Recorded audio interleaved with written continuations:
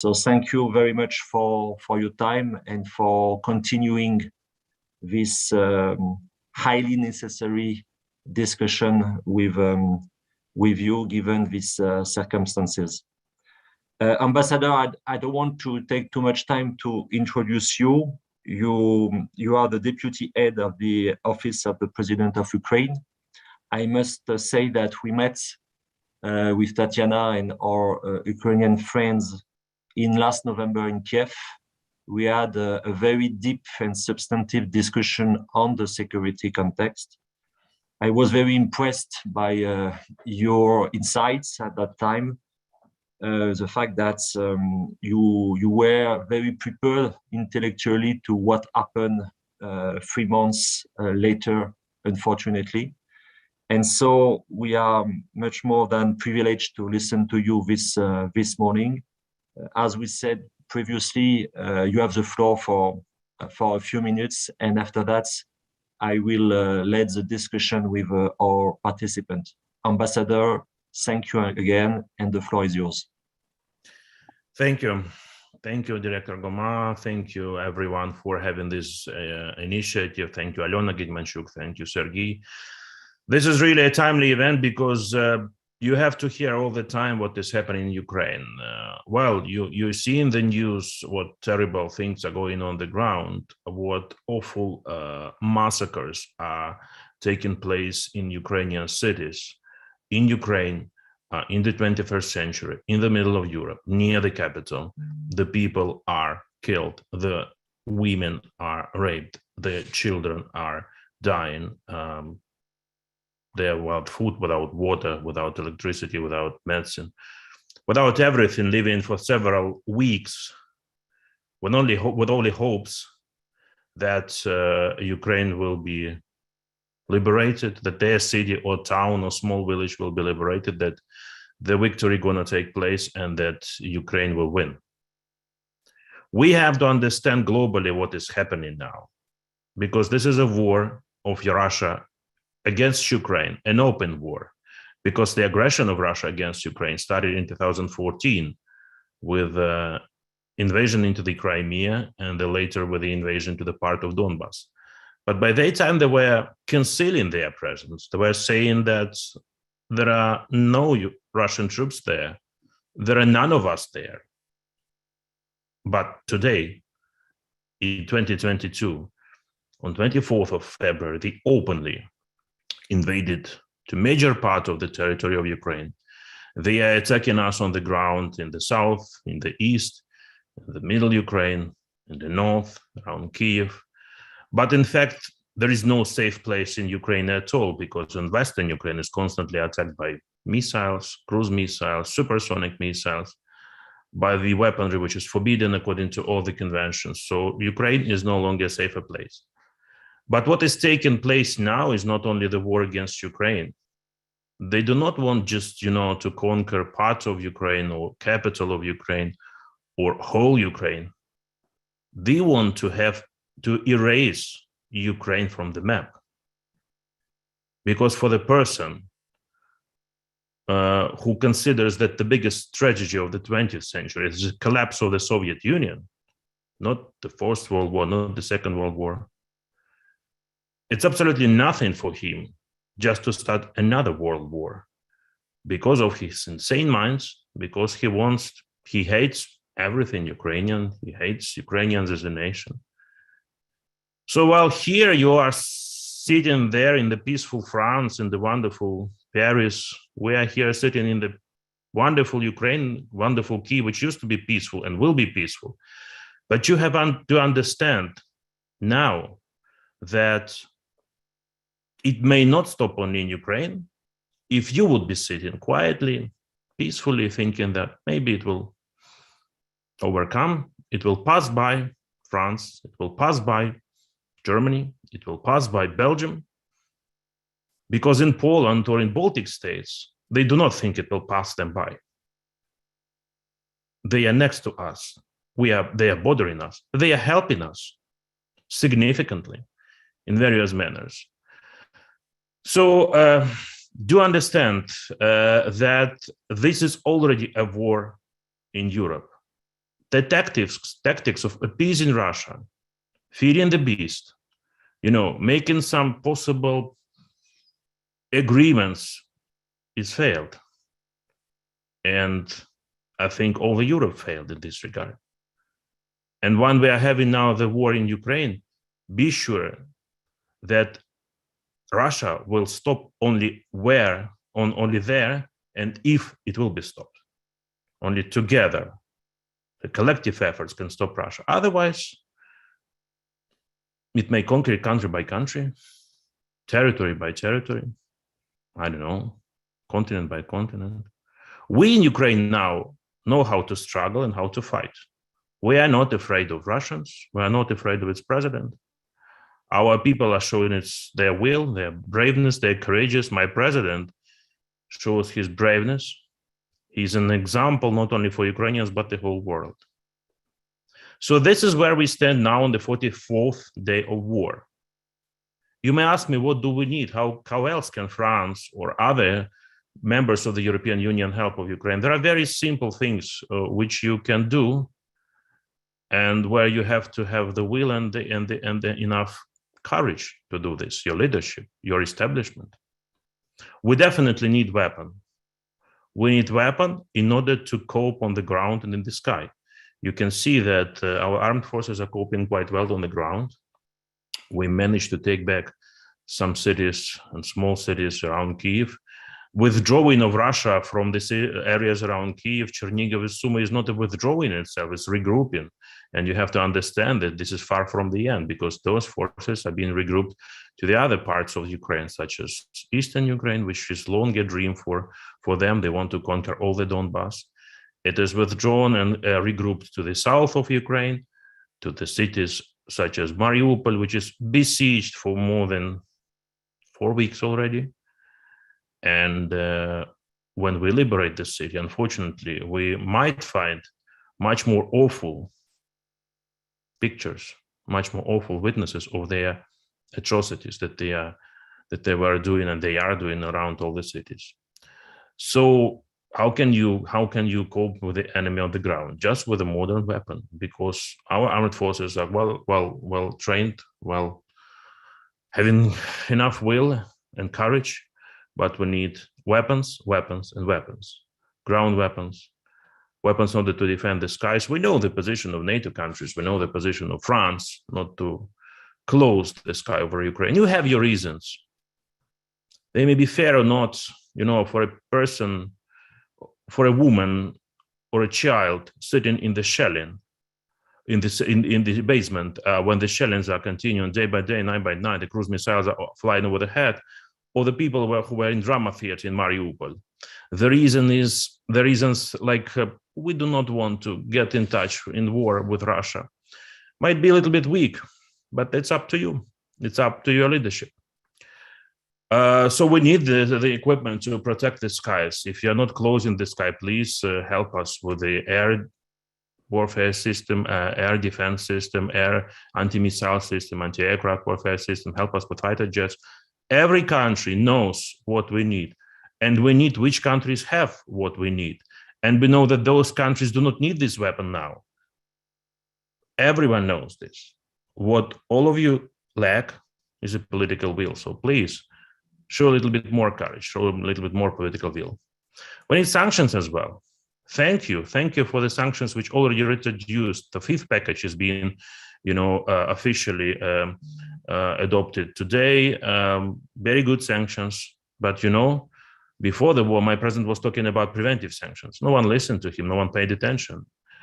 It might have prevented the war. Maybe yes, maybe no, but we didn't try. So now you are introducing the sanctions, but too little, too slow, and far away from being enough.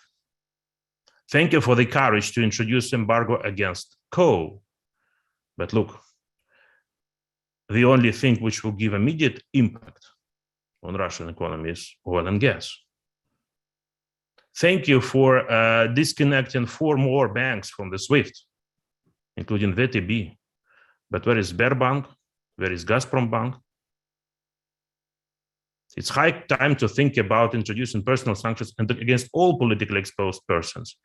Because yes, Putin is to blame, but it's not only Putin who is, raising the awareness of Russian people. The support for Mr. Putin raised up to 15% during the war. So every politically exposed person, be it a governor, director of department, head of the federal agency, has to understand the outcomes of their activity. We should also think about not issuing the visas for Russian citizens. What should Russians do now in terms of aggression of their countries and against my country, in Paris, in Berlin, to have some rest, to have a sightseeing on the Tour d'Eiffel? Thirdly, today is a very symbolic day. Ukraine receives the visit of President of the European Commission, Madam Ursula von der Leyen. In times of war, on the fourth day of war, my president appealed with the application for membership of Ukraine in the EU, full-fledged membership. A little bit more than 1 month passed. We have a very good progress, and for the EU, it might be a cosmic speed, to produce some result within 1 month. It's a cosmic speed for the EU, but it's a real snail speed for my country, because you have to understand, a membership in the EU is very symbolic for Ukrainians who are fighting now for the safety not of only Ukraine but for Europe. It's very symbolic for the soldier in the trenches, for the mother and child in the shelter, for any Ukrainian who says, we do not want to have anything with the Russian world anymore. We want to be a part of the European family. We deserve to be a part of the European family. Because if you have Copenhagen criteria, political, economic, are key, that's good. But isn't it high time to introduce the fourth criteria, which is security criteria? When President Macron is talking about European Defense Alliance, how can he talk about this alliance without President Zelensky? Which country is now doing more than Ukraine to defend the European security? Maybe you know this country, so please tell me. So would be good if France would assist us, help us in speeding up the procedure of entering Ukraine into the EU. We do not have 5, 10, 15 years of usual traditional routine of European bureaucracy. Plus to this, we made a search in the European capitals, so European countries. How do you support the immediate entrance of Ukraine into the EU? In France, imagine, it was 62%. 62% of your population, and you in Ifri have to know it, and you may check it. But 62% of your population supporting Ukraine's adherence to the EU. So probably your leadership has to be up to the expectation of your population and to support Ukraine being an official member of the EU. And fourthly, we will definitely win, and we will definitely overcome the aggressor this time. But in order for this not to happen, or if the aggression happens once again, we should be prepared for this. That's why my president is asking for the security guarantees as a part of the agreement, of possible agreement with Russia, with the participation of international leaders, with the participation of major powers, such as France, such as Germany, such as UK, US, possible Turkey, possible some other countries. But it's very important for all of us to have this strict mechanism, hard mechanism, legally binding treaty in order to establish, if you will, a new security system in Europe. Because if aggressor would like to repeat it again, it has to understand what awaits for him, what chain of procedures, what chain of commands, how Ukraine or any other country in Europe can be immediately protected, not within 60 days as you have it in NATO. NRF, if I'm not mistaken, has to be deployed within 60 days. Imagine if we deployed our forces against Russian aggression within 60 days. We deployed them immediately. And we're now surviving, and we're now struggling. So please think about this. Russia should understand that Ukraine is not left alone. The moment Russia understands that Ukraine is left alone, this moment will be crucial for them. They will see, okay, today they haven't helped to defend Ukraine. Tomorrow that might be happen with the Baltic states. The day after tomorrow with Poland. Whether Article 5 will work, I don't know. You have to tell me. So if we're not together today, we will be separated, but in a very severe matter. So please think about these 4 important pillars, which my president is talking constantly with the leaders, with the world leaders. He's talking with President Macron almost on an everyday basis. And many thanks for your president efforts to bring this awful war to a peace, because your president is also talking to President Putin constantly. We would be very welcoming that those kind of mediation efforts will have a positive result, because for the time being, we do not have a constructive dialogue with the Russian Federation. But it's coming hard day by day to talk to the people who are responsible for such awful massacres as we had in Bucha, as we had in Gostomel, as we had in Borodyanka, and unfortunately many more cities to come as we liberate them. That's why we need to liberate them as soon as possible, but because every hour, every minute, every night and day, another person, civilian or soldier, are dying in Ukraine. Dragging on the time, continuing the war, is only beneficial for Putin. For Ukraine, for my president, we need to stop the war as soon as possible. We need to win, and we need to bring peace not only to Ukraine, but to the whole Europe. Thank you. Ambassador, thank you very much for this very substantive and clear presentation, with also very clear political messages in terms of supports which is needed. I would like to start our discussion by encouraging the participants to use the Q&A line if they want to intervene. I know that your time is limited, so please let us know when you should stop. I will start with a question which is maybe too tactical, but which is important for the people seated in Paris.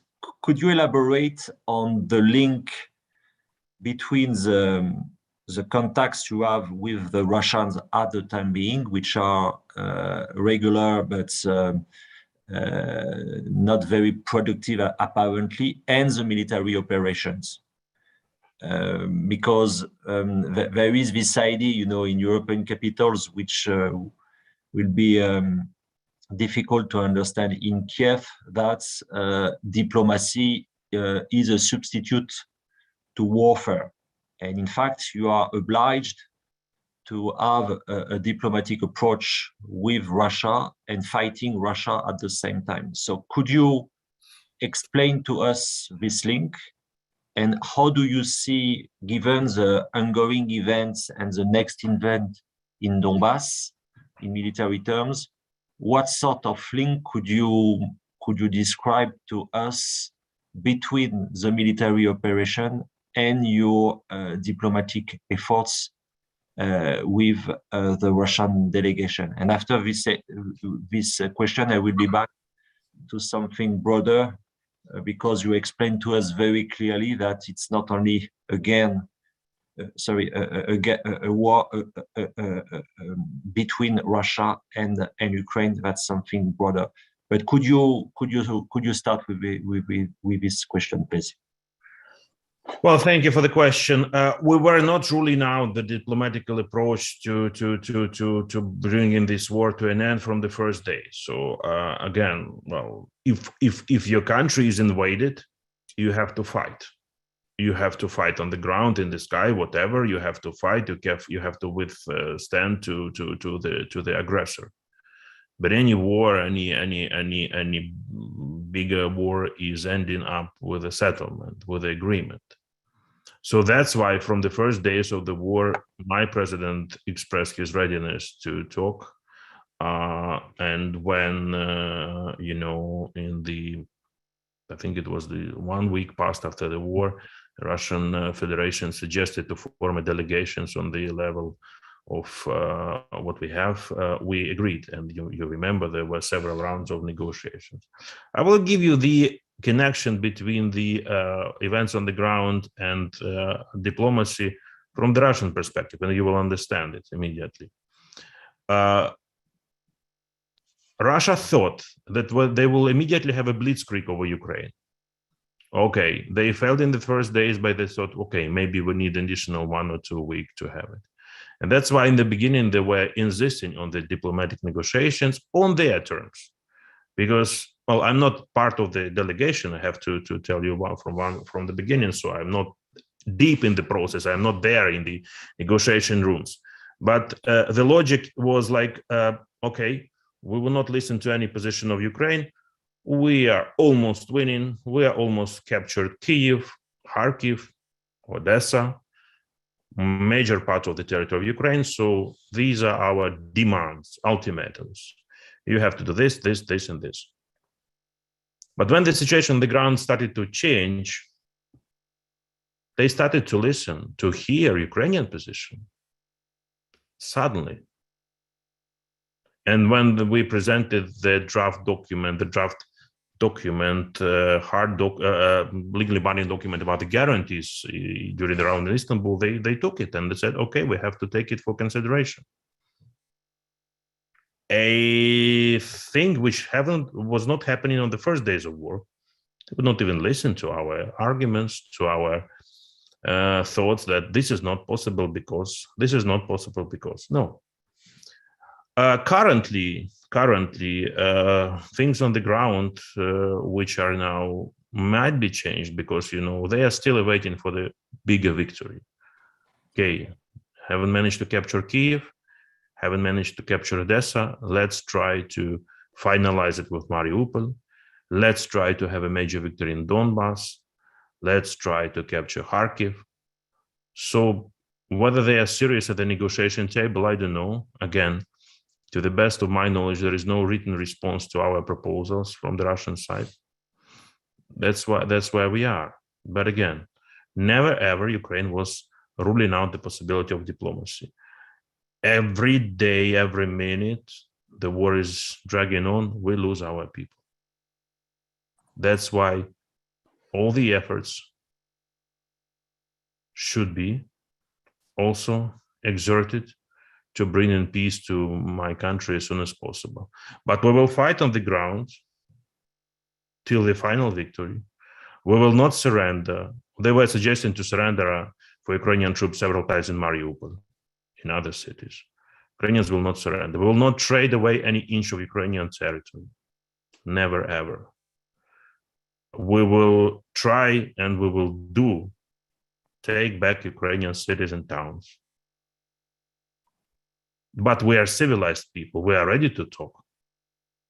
We are not making massacres in Russian cities. They are making massacres in Ukrainian cities. They are fighting not only with soldiers, but with Ukrainian women, with Ukrainian children, with Ukrainian civilians.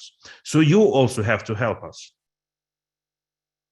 Please, you have your channels of contacts with president, I don't know, maybe with establishment. Please suggest a model for them, because, well, there isn't face-saving strategy probably for Russians. Please suggest them. Please do. In this regard, you have also to help. You have a strong diplomacy in France. Your minister is doing very good job.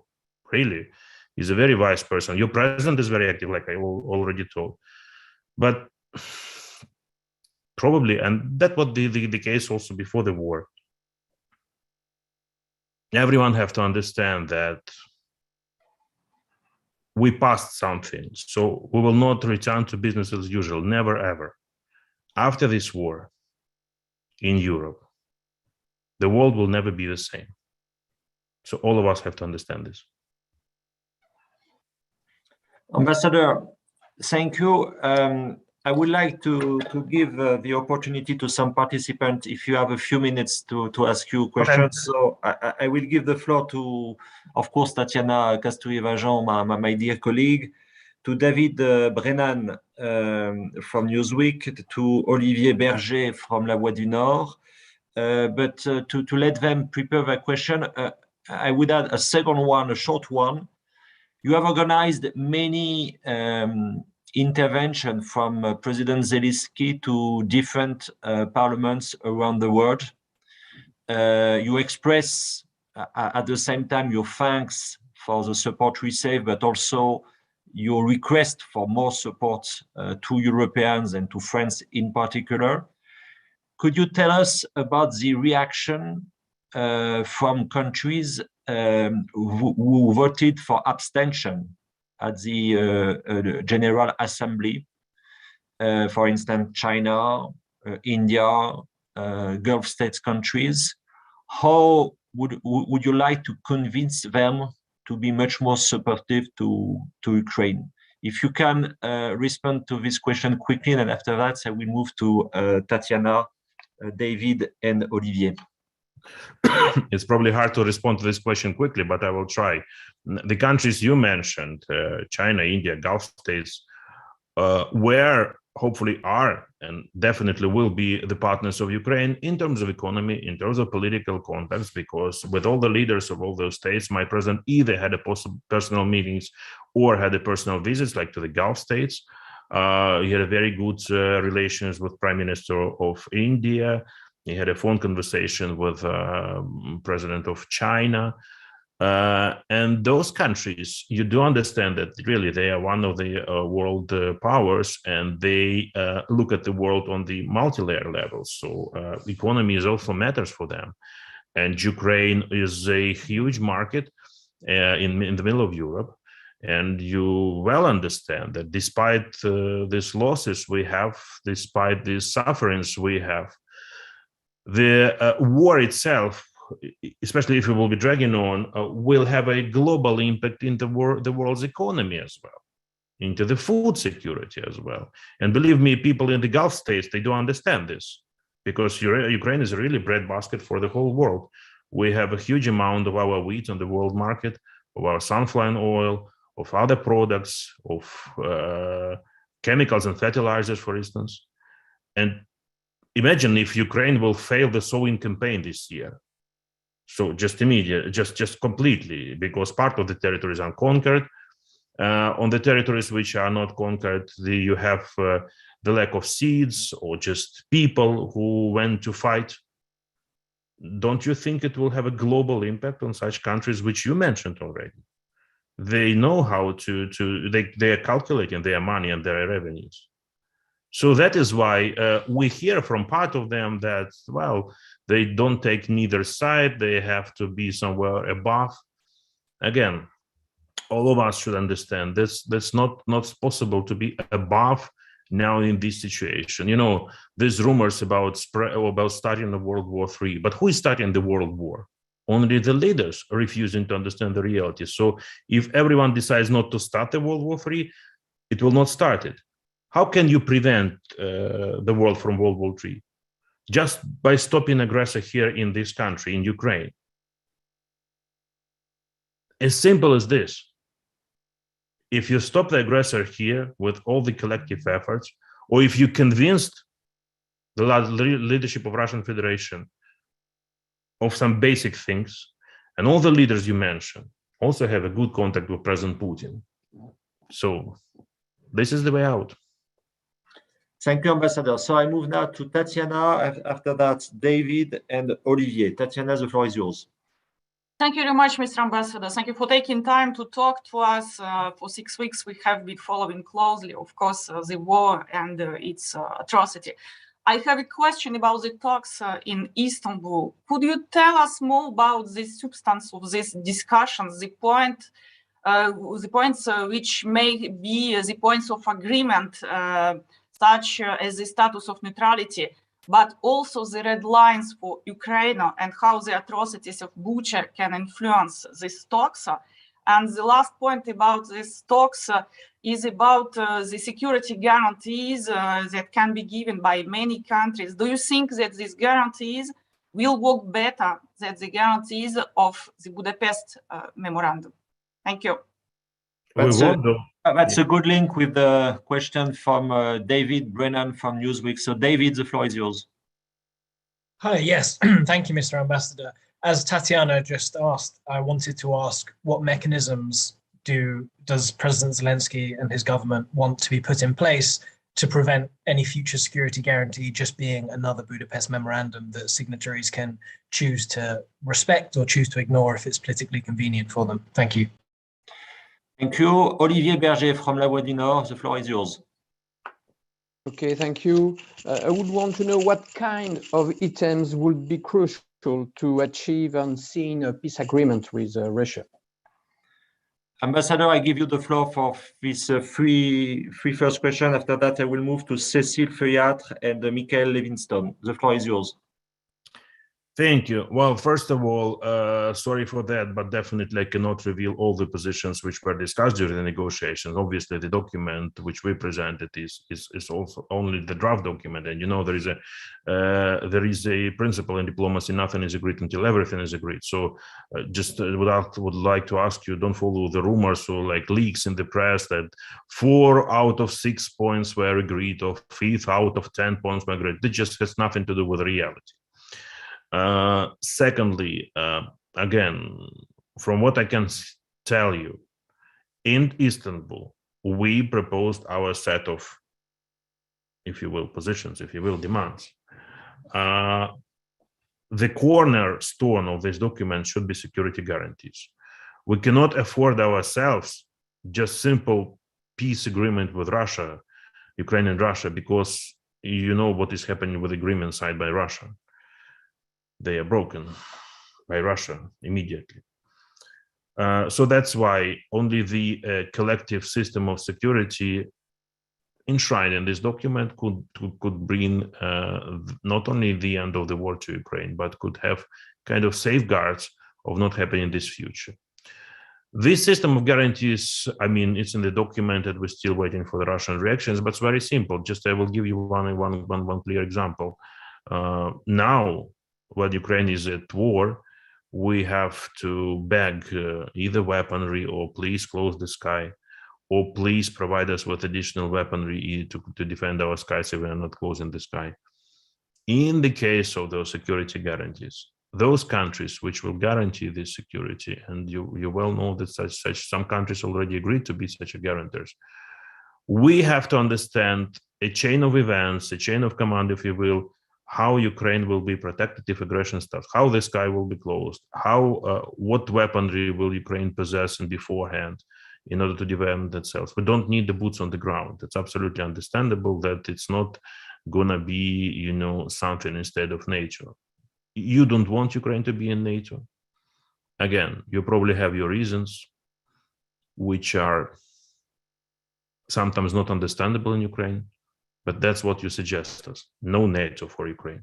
Okay, we're fixing the reality. Though more than 70 people of Ukraine are supporting Ukraine's joining to NATO. This is a number which we never experienced during all the time of Ukraine's independence. And that was even before the war, but now it's only increasing. But we were what we were. You refused us in 2008 for the map. And France was among the countries who blocked this. Sorry for that. You're refusing us now. You're repeating. I think you're a mistake, but it's up to you. But you cannot let a country in the center of Europe to be undefended. Or you can. But then you feel the implications. So that is very simple. Again, it's in the document. I will not reveal you here the exact provisions of the document. But more states to become a guarantor, more secure we will be. That's why we are asking all the P5 members. Okay, you may tell me that maybe some countries of P5 will refuse. Okay, that's why we don't want to have only P5. We want to have Germany, for instance. We want to have Turkey, our biggest neighbor in the Black Sea, who is also having its, security concerns with their neighbor, etc. So as simple as this.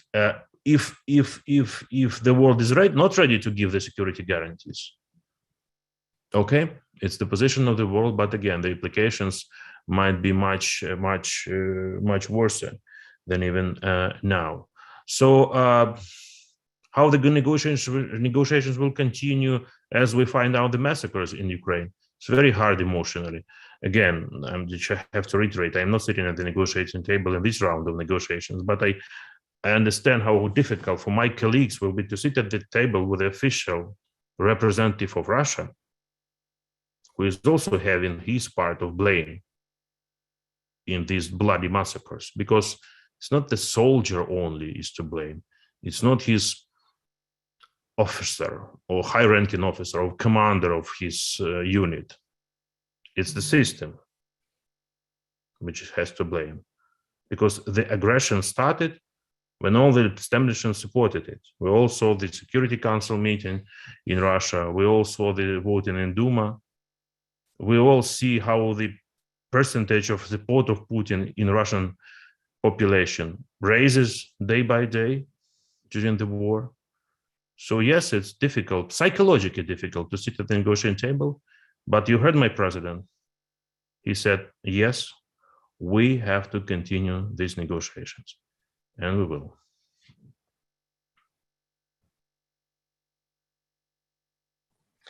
A question on the memorandum of Budapest.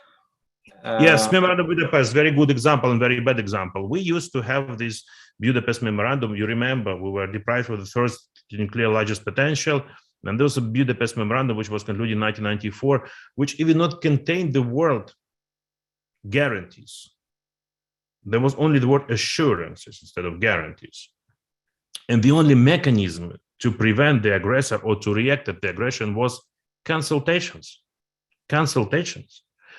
But neither in 2014, when aggression started, and we were trying to implement this memorandum, we were trying to hold those consultations at least.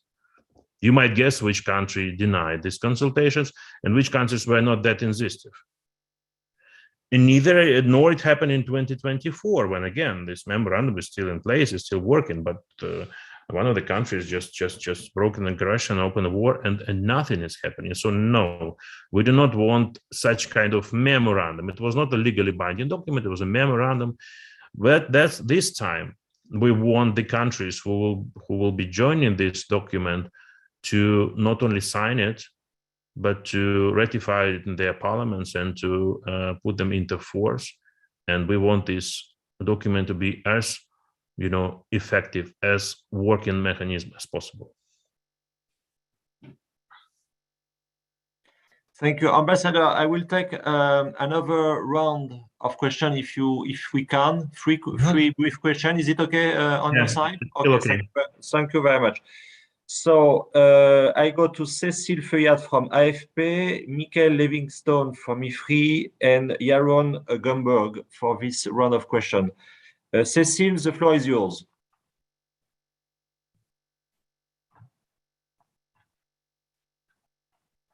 Cécile, are you with us? If you are not, I switch to Michael. Michael, the floor is yours. Yeah, thank you. I just wanted to ask you two questions. First, how do you react to the accusations made by Russian Minister of Foreign Affairs, Sergei Lavrov, following which Ukraine has not constructive behavior in the framework of the negotiations? And second, what do you think your relationships might be with Belarus after this war? Thank you. Thank you, Michael. I move now to Yaron Gomberg. Yaron, the floor is yours. Good morning, Mr. Ambassador. Добрый ранок, господин посол.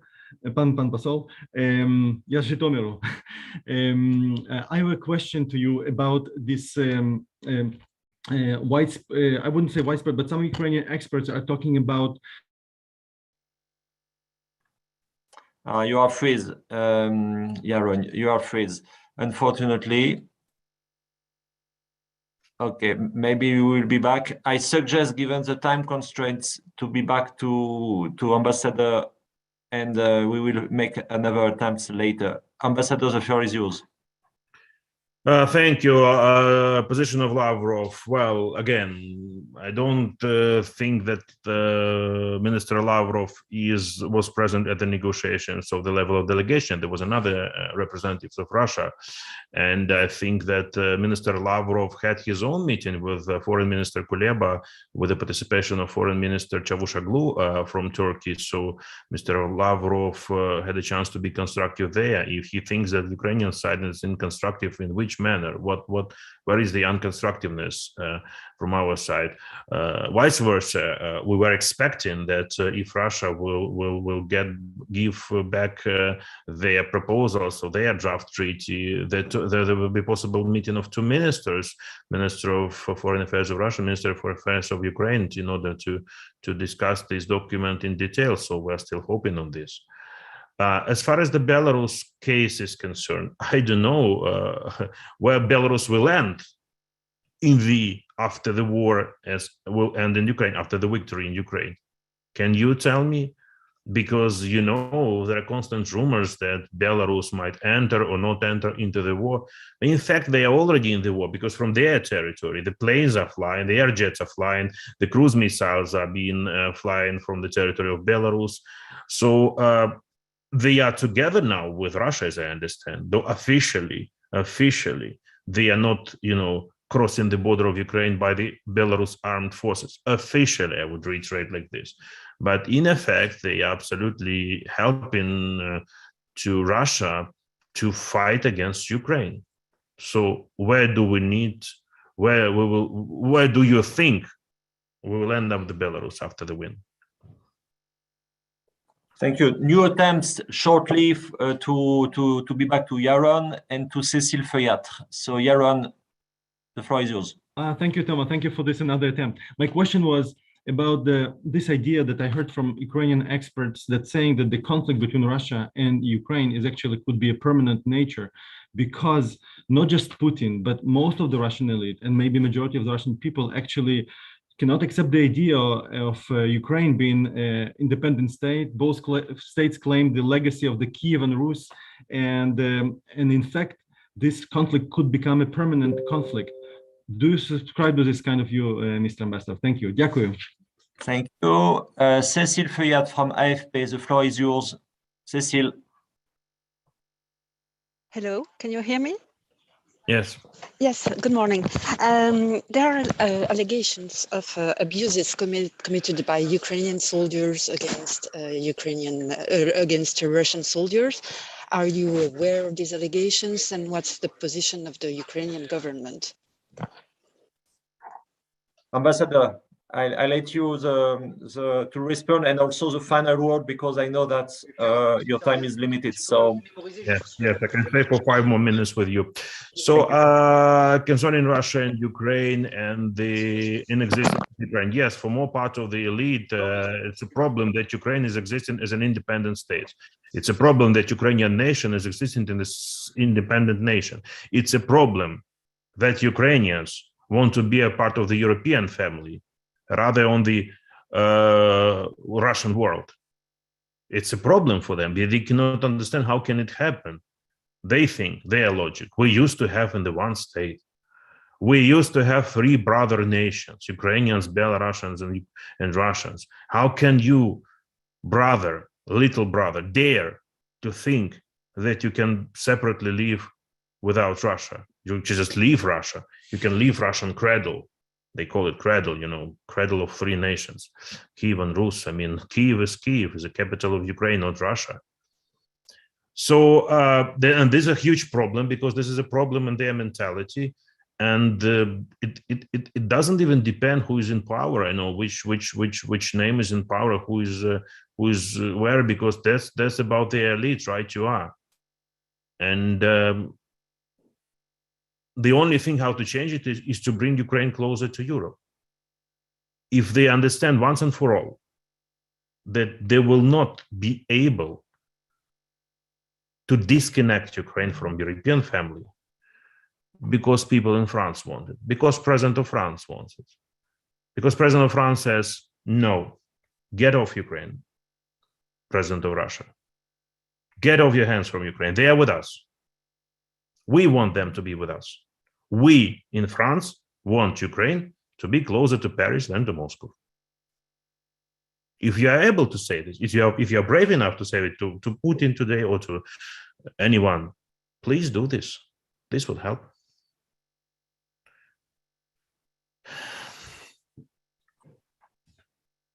would you like to?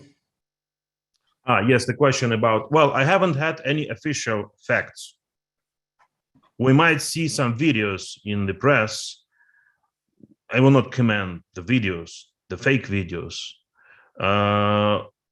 Me personally, in my position, do not have any official confirmation of the things that you are telling. Ambassador, I wanted but I see the official confirmation of what the Russian armed forces are doing in peaceful cities against peaceful citizens of Ukraine. If someone doesn't believe this, please come to Bucha. It's safe now. I invite you personally, and I can accompany you to show you what Russians are doing against Ukrainians, against children, women, and civilians. Ambassador, thank you very much for your time, for your very clear political messages. I think it was crystal clear. I know it was difficult to organize this meeting given the circumstances, so I would like also to thank our Ukrainian friends, Aliena, Leo, and Sergei, to have organized this in the current circumstances. Thank you very much for your time. Thank you, all of you. And I do hope that we will have the opportunity to continue this discussion and to express our respect for your current fight. Thank you, Ambassador. Thank you. Thank you to everyone.